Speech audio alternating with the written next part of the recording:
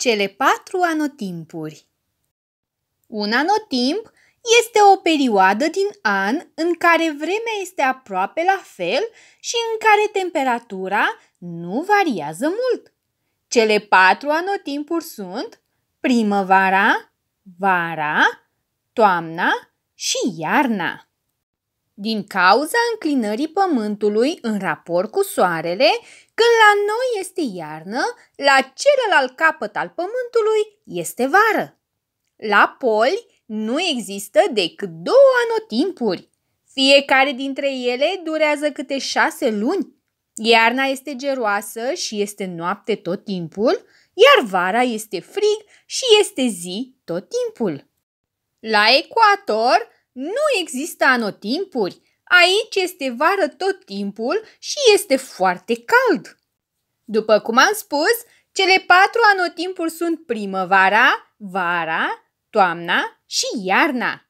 Primăvara, zilele se măresc, afară este frumos, primele flori apar în copaci și pe câmpuri. Animalele și plantele își revin după somnul de iarnă. Zăpada se topește, iar păsările călătoare revin din țările calde. Vara, nopțile sunt scurte, soarele răsare foarte devreme și asfințește foarte târziu. Cerul este deseori senin și este cald. Vara este vremea secerișului și a fructelor coapte. Păsările și animalele își cresc puii și îi pregătesc pentru viață.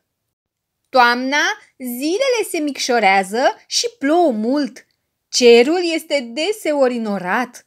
Temperatura scade, iar frunzele copacilor se îngălbenesc și cad.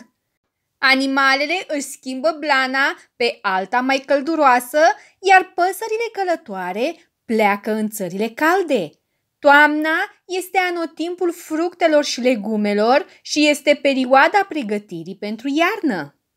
Iarna, natura doarme, iar nopțile sunt foarte lungi. Soarele asfințește de vreme.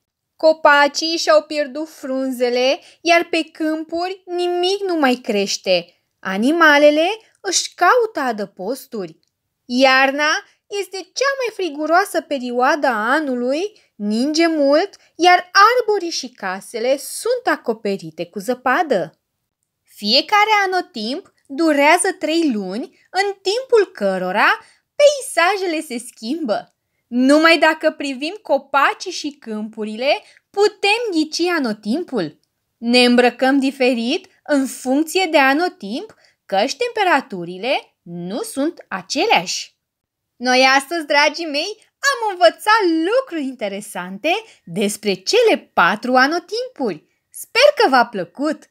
Pe curând!